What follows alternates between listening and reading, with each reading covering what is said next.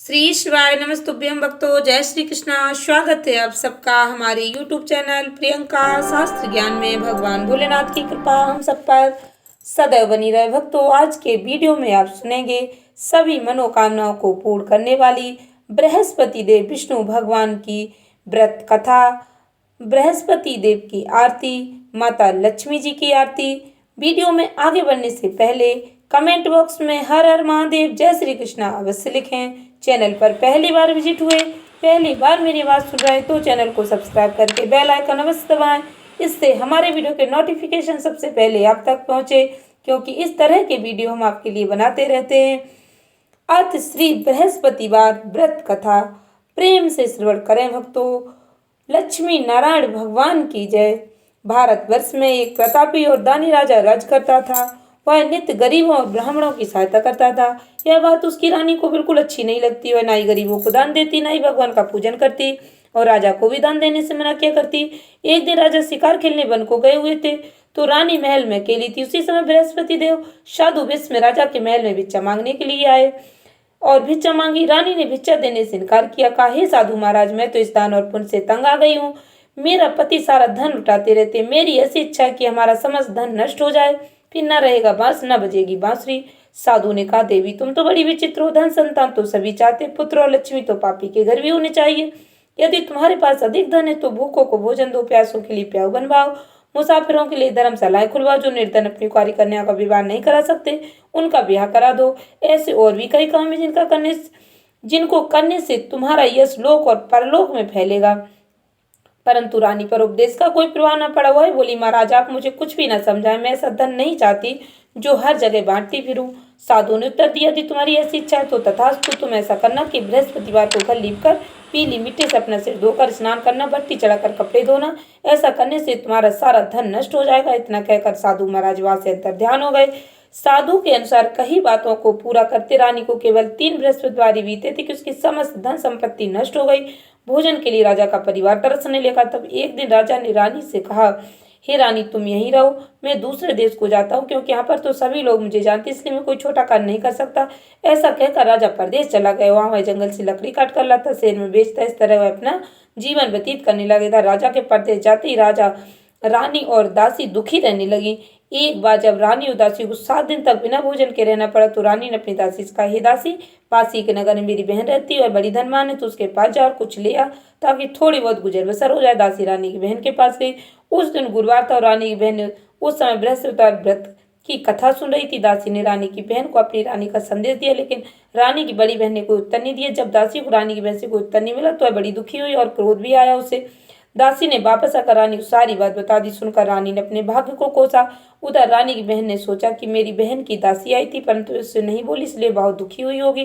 कथा सुनकर पूजा समाप्त करके अपनी बहन के घर आई और कहने लगी, बहन मैं बृहस्पतिवार का व्रत कर रही थी, तुम्हारी दासी मेरे घर आई थी, परंतु जब तक कथा होती तब तक ना उठते ना ही बोलते, इसलिए मैं नहीं बोली। कहो दासी क्यों गई थी? रानी बोली, बहन तुमसे क्या छुपाऊं, हमारे घर में खाने तक को अनाज नहीं था। ऐसा कहते कहते रानी की आंखें भर आई। उसने दासी समेत पिछले 7 दिनों से भूखे रहने की बात अपनी बहन को विस्तार पूर्वक सुना दी। रानी की बहन बोली, देखो बहन, भगवान बृहस्पति सभी की मनोकामना पूर्ण करते, शायद तुम्हारे घर में अनाज रखा हो। पहले तो रानी को विश्वास नहीं हुआ, पर बहन के आग्रह करने पर उसने अपनी दासी को अंदर भेजा तो सचमुच अनाज से भरा उसे एक घड़ा मिल गया। यह देखकर दासी को बड़ी हैरानी हुई। दासी रानी से कहने लगी, हे रानी, जब हमको भोजन नहीं मिलता तो हम व्रत ही तो करते, इसलिए क्यों न इनसे व्रत और कथा की विधि पूछ ली जाए, ताकि हम भी व्रत कर सकें। तब रानी ने अपनी बहन से बृहस्पतिवार व्रत के बारे में पूछा। रानी की बहन ने बताया, बृहस्पतिवार के व्रत में चने की दाल, मुनक्का से विष्णु भगवान का केले की जड़ में पूजन करें, दीपक जलाएं, घी का व्रत कथा सुने, पीला भोजन ही करें, इससे बृहस्पति देव प्रसन्न होते। व्रत और पूजन विधि बताकर रानी की बहन अपने घर को लौट गई। 7 दिन के बाद जब गुरुवार आया तो रानी उदासी ने व्रत रखा। गुड़साले जाकर चना गुड़ लेकर आई, फिर उससे केले के जड़ विष्णु भगवान का पूजन किया। पीला भोजन कहाँ से आए, इस बात को लेकर दोनों बहुत दुखी थी। चूंकि उन्होंने व्रत रखा था इसलिए बृहस्पति उनसे प्रसन्न थे। वे एक साधारण व्यक्ति का रूप धारण कर 2 थालों में सुंदर पीला भोजन दासी को दे गए। भोजन पाकर दासी बड़ी प्रसन्न हुई और रानी के साथ मिलकर भोजन ग्रहण किया। इसके बाद वे सभी गुरुवार को व्रत और पूजन करने लगी। बृहस्पति भगवान के पास उनके पास फिर से धन संपत्ति आ गई, परंतु रानी फिर से पहले की तरह आलस करने लगी। तब दासी बोली, देखो रानी, तुम पहले भी इस प्रकार आलस करती, तुम्हें धन रखने में कष्ट होता था, इस कारण सभी धन नष्ट हो गया, और अब जब भगवान बृहस्पति के पास से धन मिला तो तुम फिर से आलस करती हो। रानी को समझाती हुई दासी कहती है कि बड़ी मुसीबतों के बाद हमने यह धन पाया, इसलिए हमें दान पुण्य करना चाहिए, भूखे मनुष्य को भोजन कराना चाहिए, धन को शुभ कार्य में खर्च करना चाहिए, जिससे तुम्हारे कुल का यश बढ़ेगा, स्वर्ग की प्राप्ति होगी, पितृ भी प्रसन्न होंगे। दासी की बात मानकर रानी अपना धन शुभ कार्यों में खर्च करने लगी, जिससे पूरे नगर में उसका यश फैलने लगा। भक्तों, बृहस्पतिवार व्रत कथा के बाद श्रद्धा के साथ आरती करनी चाहिए, इसके बाद प्रसाद बांटकर उसे ग्रहण करना चाहिए, तभी बृहस्पतिवार व्रत का पूर्ण फल प्राप्त होता है। एक दिन राजा दुखी होकर जंगल में एक पेड़ के नीचे आसन जमाकर बैठ गया। वह अपनी दशा को याद करके व्याकुल होने लगा। बृहस्पतिवार का दिन था।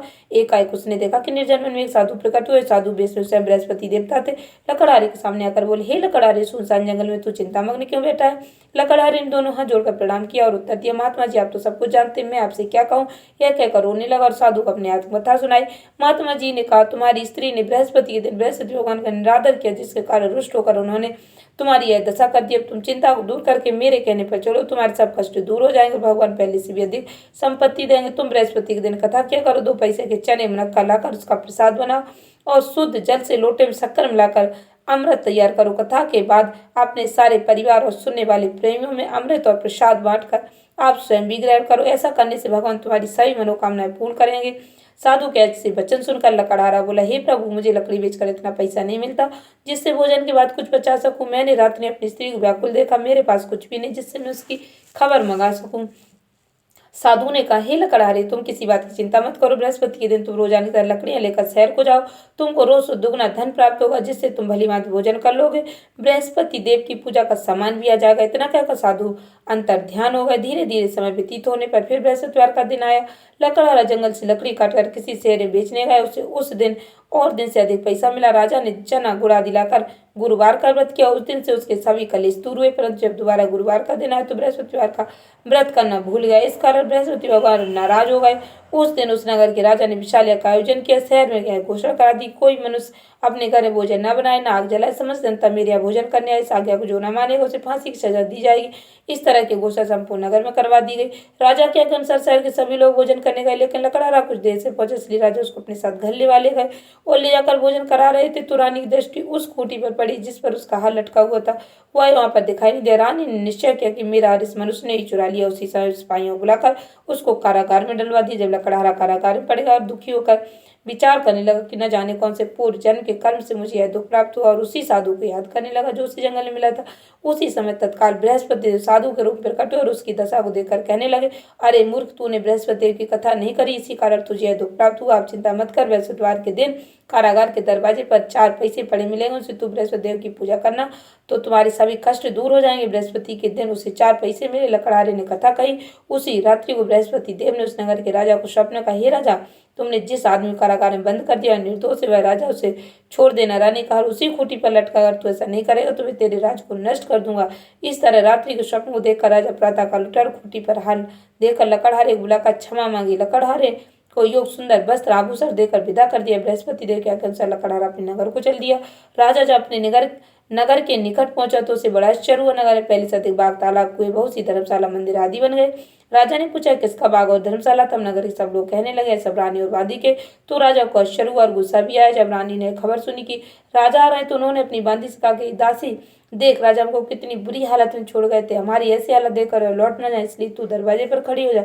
आज्ञा अनुसार दासी दरवाजे पर खड़ी हुई। राजा आए तो उन्हें अपने साथ ले लाई। तब राजा ने क्रोध करके अपनी रानी से पूछा, क्या धन तुम्हें कैसे प्राप्त हुआ? तब उन्होंने कहा, सब धन बृहस्पति देव के व्रत के प्रभाव से प्राप्त हुआ है। राजा ने निश्चय किया कि 7 रोज बाद तो सभी बृहस्पति देव का पूजन करते, परंतु मैं प्रतिदिन दिन में 3 बार कहानी तथा रोज व्रत किया करूंगा। अब हर समय राजा के दुपट्टे में चने की दाल बंधी रहती। दिन में 3 बार कहानी कहता। एक रोज राजा ने विचार किया कि चलो अपनी बहन के यहाँ हो आए। इस तरह निश्चय कर राजा घोड़े पर सवार हो अपनी बहन के यहाँ को चलने लगा। मार्ग में उसने देखा कुछ आदमी मुर्दे को लिए जा रहे। उन्हें रोककर राजा कहने लगा, अरे भाइयों, मेरी बृहस्पतिवार की कथा सुनो। वे बोले, लो, हमारा तो आदमी मर गया, इसको अपनी कथा की पड़ी। परंतु कुछ आदमी बोले, अच्छा कहो, हम तुम्हारी कथा भी सुनेंगे। राजा ने दाल निकाली। जब कथा आदि हुई तो मुर्दा हिलने लगे। जब कथा समाप्त हो गई तो राम राम करके मनुष्य उठकर खड़ा हो गया। आगे मार्ग में से एक किसान खेत में हल चलाता। राजा ने उससे देख और उससे बोले, अरे भैया, मेरी बृहस्पतिवार की कथा सुन लो। किसान बोला, जब तक मैं तेरी कथा सुनूंगा तब तक 4 हरैया जोत लूंगा। जा अपनी कथा किसी और को सुनाना। इस तरह राजा आगे चलने लगा। राजा खटते ही बैल पचाकर पछाड़ खाकर गिर गए। किसान के पेट में जोर का दर्द होने लगा। उस समय उसकी माँ रोटी लेकर आई। उसने जब यह देखा तो अपने पुत्र से सवाल पूछा। बेटे ने सभी हाल कह दी तो बुढ़िया दौड़ी दौड़ी उस घुड़सवार के पास गई और उससे बोली कि मैं तेरी कथा सुनूं तो अपनी कथा मेरे खेत पर चलकर ही कहना। राजा बुढ़िया खेत पर जाकर कथा कही, जिसके सुनते ही बैल उठकर खड़े हो गए। किसान के पेट का दर्द भी बंद हो गया। राजा अपनी बहन के घर पहुंचा। बहन ने भाई खूब मेहमानी की। दूसरी रोज प्रातःकाल राजा जागा तो वह देखने लगा कि सब लोग भोजन कर। राजा ने अपनी बहन से कहा, ऐसा कोई मनुष्य नहीं जिसने भोजन नहीं किया। मेरी बेसुधार की कथा सुन ले। बहन बोली, हे भैया, देश ही ऐसा है, पहले यहाँ लोग भोजन करते, बाद में अन्य काम करते। अगर कोई पड़ोस में हो तो देखा हुआ, ऐसा कहकर देखने चली गई, परंतु उसे कोई भी ऐसा व्यक्ति नहीं मिला जिसने भोजन नहीं किया। तो एक कुमार के घर गई जिसका लड़का बीमार था। उससे मालूम हुआ कि उनके यहाँ 3 रोज से किसी ने भोजन नहीं किया। रानी ने अपने भाई की कथा सुनने के लिए कुमार से कहा तो वह तैयार हो गया। राजा ने जाकर वैश्वद्वार की कथा कही, जिसको सुनकर उसका लड़का ठीक हो गया। अब तो राजा की प्रशंसा होने लगी। एक रोज राजा ने अपनी बहन से कहा, हे बहन, हम अपने घर को जाएंगे, तुम भी तैयार हो जाओ। राजा की बहन ने अपनी सास से कहा। सास ने कहा, चली जा, परंतु अपने लड़कों को मत ले जाना, क्योंकि तेरे भाई के कोई औलाद नहीं है। बहन ने अपने भैया से कहा, हे भैया, मैं तो चलूंगी, पर कोई बालक नहीं जाएगा। राजा बोला, जब कोई बालक नहीं चलेगा तो तुम ही क्या करोगी। बड़े दुखी मन से राजा अपने नगर को लौटाए। राजा ने अपनी रानी से कहा, हम निर्वंशी, हमारा मुंह देखने का धर्म नहीं और कुछ भोजन आदि नहीं किया। तब रानी बोली, हे प्रभु, बृहस्पति देव ने हमें सब कुछ दिया और हमें औलाद अवश्य देंगे। उसी रात्रि को बृहस्पति देव राजा से स्वप्न का, हे राजा, उठ, सभी सोच त्याग दे, तेरी रानी गर्भ से। राजा की यह बात सुनकर बड़ी खुशी हुई। 90 महीने में उसके गर्भ से एक सुंदर पुत्र पैदा हुआ। तब राजा बोला, हे रानी, स्त्री बिना भोजन के रह सकती, पर बिना कहे नहीं रह सकती। जब मेरी बहन आए तो तुम उससे कुछ मत कह। रानी ने सुनकर हाँ कर दिया। जब राजा की बहन ने शुभ समाचार सुना तो बहुत खुश हुई। बधाई लेकर अपने भाई के आए। तभी रानी ने कहा, घोड़ा चढ़कर तो नहीं आई, गधा चढ़ी आई। राजा की बहन बोली, भाभी, मैं इस प्रकार ना कहती तो तुम्हें औलाद कैसे मिलती। बृहस्पति देव ऐसे ही हैं, जिसके मन में जो कामनाएं होती हैं उन्हें सभी को पूर्ण करते। जो सद्भावना पूर्वक बृहस्पतिवार का व्रत करता है, कथा पढ़ता है, सुनता है, दूसरों को सुनाता है, बृहस्पति देव उसकी सभी मनोकामना पूर्ण करते। बृहस्पति देव सदैव उनकी रक्षा करते। संसार में जो मनुष्य सद्भावना से भगवान जी का पूजन व्रत सच्चे हृदय से करते तो उनकी सभी मनोकामनाएं पूर्ण करते हैं। जैसी सच्ची भावना से रानी राजा ने बृहस्पति देव की कथा का गुणगान किया तो उनकी सभी इच्छा बृहस्पति देव जी ने पूर्ण की। इसलिए पूर्ण कथा सुनने के बाद प्रसाद लेकर जाना चाहिए। हृदय से मनन करते हुए जयकारा बोलना चाहिए। बोलो बृहस्पति देव विष्णु भगवान की जय। आरती करनी चाहिए। बृहस्पति देव की कथा। प्राचीन काल में ब्राह्मण रहता था, वह बहुत निर्धन था, उसको कोई संतान नहीं थी। उसकी स्त्री बहुत मलिनता के साथ रहती थी, स्नान न करती, किसी देवता का पूजन न करती। इससे ब्राह्मण देवता बड़े दुखी थे। बेचारे बहुत कुछ कहते, किंतु उसका कुछ परिणाम नहीं निकला। भगवान की कृपा से ब्राह्मण की स्त्री के कन्या रूपी रत्न पैदा हुआ। कन्या बड़ी होने पर प्रातः स्नान करके विष्णु भगवान का जाप बृहस्पति बार का व्रत करने लगे। अपने पूजन पाठ को समाप्त करके विद्यालय जाती तो अपनी मुट्ठी में जो भर के ले जाती, पाठशाला के मार्ग में डालती जाता। वे जो सड़के हो जाती, लौटते समय उनको बीन कर घर ले आती थी। एक दिन वह बालिका सूप में उस सोने के जौ को फटक कर साफ कर रही थी कि उसके पिता ने देख लिया और कहा, हे बेटी, सोने के जौ के लिए सोने का सूप होना चाहिए। दूसरे दिन बृहस्पतिवार था। इस कन्या ने व्रत रखा। बृहस्पति देव से प्रार्थना करेगा, मैंने आपके पूजन सच्चे मन से की हो तो मेरे लिए सोने का सूप दे दो। बृहस्पति देव ने उसकी प्रार्थना स्वीकार कर ली। रोजाना की तरह कन्या जौ फैलाती जाने लगी। जब लौटकर जौ बीन रही थी तो बृहस्पति के पास से सोने का सूप मिला। उस वह घर ले आई और उसमें जौ साफ करने लगी, परंतु उसकी माँ का तो वही ढंग रहा। एक दिन की बात है कि कन्या सोने के सूप में जौ साफ कर रही थी। उस समय शहर का राजपुत्र वहां से होकर निकला। इस कन्या के रूप और कार्य को देखकर मोहित हो गया। अपने घर आकर भोजन जल त्याग कर उदास होकर लेट गया। राजा को इस बात का पता लगा तो अपने प्रधानमंत्री के साथ उसके पास गए और बोले, हे बेटा, तुम्हें किस बात का कष्ट है। किसी ने अपमान किया तो और करारों का मैं वही कार्य करूँगा जिससे तुम प्रसन्न हो। अपने पिता के राजकुमार ने बातें सुनी तो बोला, मुझे आपके पास किसी बात का दुख नहीं, किसी ने मेरा अपमान नहीं किया, परंतु मैं उस लड़की से विवाह करना चाहता हूँ जो सोने के सूप में जो साफ कर रही थी। सुनकर राजा आश्चर्य में पड़ा और बोला, हे बेटा, इस तरह कन्या का पता तुम ही लगाओ, मैं उसके साथ तेरा विवाह करवा दूंगा। राजकुमार ने उस लड़की के घर का पता बतलाया। तब मंत्री उस लड़की घर गए और ब्राह्मण देवता को सभी हाल बतलाया। ब्राह्मण देवता राजकुमार के साथ अपनी कन्या विवाह करने के लिए तैयार हो गए। विधि विधान के अनुसार ब्राह्मण कन्या विवाह राजकुमार के साथ हो गए। कन्या के घर से जाते ही पहले की भांति उस ब्राह्मण देवता घर में गरीबी का निवास हो गया। भोजन के लिए बड़ी मुश्किल से मिलता था। एक दिन दुखी होकर ब्राह्मण देवता अपनी पुत्री के पास गए। बेटी ने पिता की दुखी अवस्था को देखा और अपनी माँ का हाल पूछा। तब ब्राह्मण ने सभी हाल का कन्या बहुत सदन देकर पिता को विदा कर दिया। इस तरह ब्राह्मण को समय सुख पूरा व्यतीत हुआ। कुछ दिन बाद फिर वही हाल हो गया। ब्राह्मण फिर अपनी कन्या के यहाँ गए और सारा हाल का तो लड़की बोली, हे पिताजी, आप माता जी को मेरे पास ले वाला, मैं उसे विधि बता दूँ जिससे गरीबी दूर हो जाए। वह ब्राह्मण देवता अपनी स्त्री को साथ लेकर पहुंचे तो अब पुत्री अपनी माँ को समझाने लगी, हे माँ, तुम प्रातःकाल पिता में स्नान आदि करके विष्णु भगवान का पूजन करो, सब दरिद्रता दूर हो जाएगी। परंतु उसकी माँ ने एक भी बात नहीं मानी। और प्रातःकाल उठकर अपनी पुत्री के बच्चों को जूठन खा लिया। इससे उसकी पुत्री को बहुत गुस्सा आया और एक रात को कोठरी से भी सामान निकाल दिया और अपनी माँ को सीम बंद कर दिया। प्रातःकाल उसे निकाला, स्नान आदि करा के पाठ करा तो उसकी माँ की बुद्धि ठीक हो गई और प्रत्येक बृहस्पतिवार को व्रत रखने लगी। इस व्रत के प्रभाव से उसके माँ बाप बहुत धनवान और पुत्रवान हो गए। बृहस्पति जी के प्रभाव से इस लोक के शुभ होकर स्वर्ग को प्राप्त हुए। सभी प्रेम से बोलो विष्णु भगवान की जय, बृहस्पति देव, लक्ष्मी नारायण की जय। बृहस्पति देव की आरती पूर्ण श्रद्धा भक्ति के साथ श्रवण करें भक्तों। ओम जय बृहस्पति देवा, स्वामी जय बृहस्पति देवा, छिन्ने छिन्ने भोगे लगाऊं, कदली फल मेवा। ओम जय बृहस्पति देवा, तुम्हें पूर्ण परमात्मा, तुम्हें अंतर्यामी स्वामी, तुम्हें अंतर्यामी, जगत पिता जगदीश्वर, तुम सबके स्वामी। ओम जय बृहस्पति देवा, चरणामृत निज निर्मल, सब पातके हरता स्वामी, सब पातके हरता, सकल मनोरथदायक कृपा करो भरता।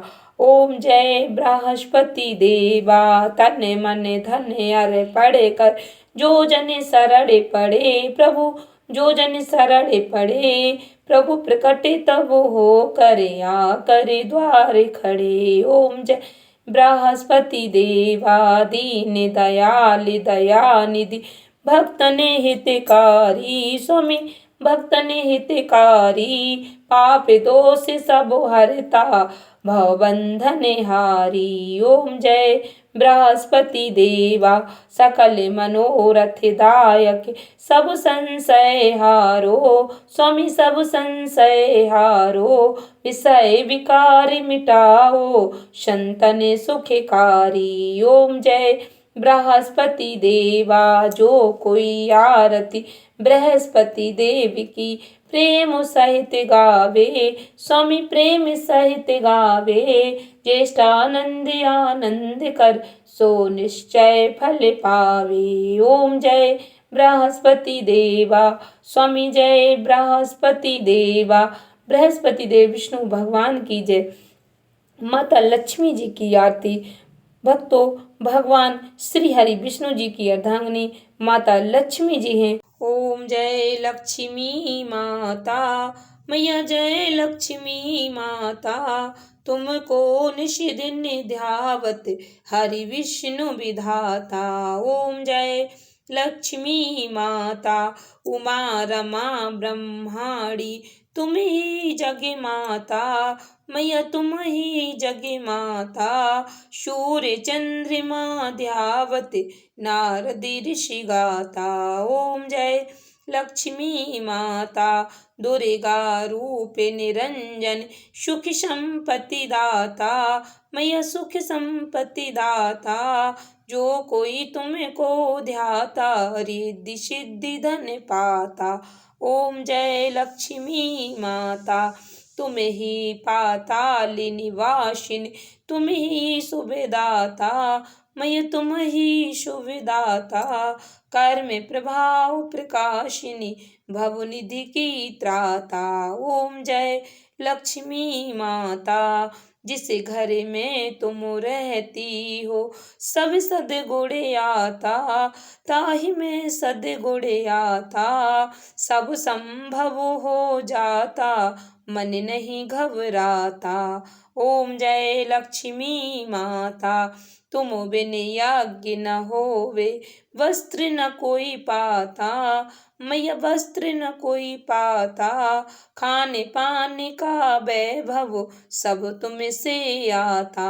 ओम जय लक्ष्मी माता, शुभ गुण मंदिर सुंदर, क्षीरो दधि जाता, मैया क्षीरो दधि जाता, रतन चतुर्दश तुम बिन कोई नहीं पाता।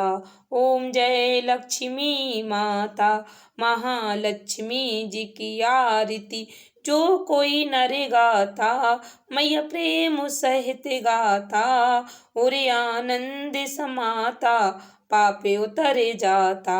ओम जय लक्ष्मी माता, मैया जय लक्ष्मी माता, तुमको निश दिन सेवत हरि विष्णु विधाता।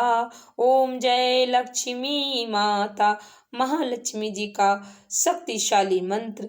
महालक्ष्मी नमस्तुभ्यं नमस्तुभ्यं सुरेश्वरी हरिप्रिये नमस्तुभ्यं नमस्तुभ्यं दयानिधे पद्मालये नमस्तुभ्यं नमस्तुभ्यं च सर्वदे सर्वभूतितार्थाय वसुधैव सृष्टिं सदा कुरुम्।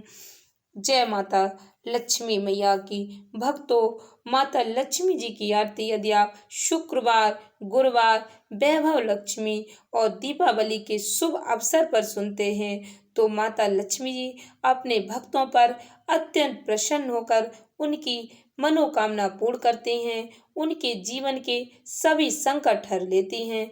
आशा करती हूँ वीडियो अच्छी लगी होगी।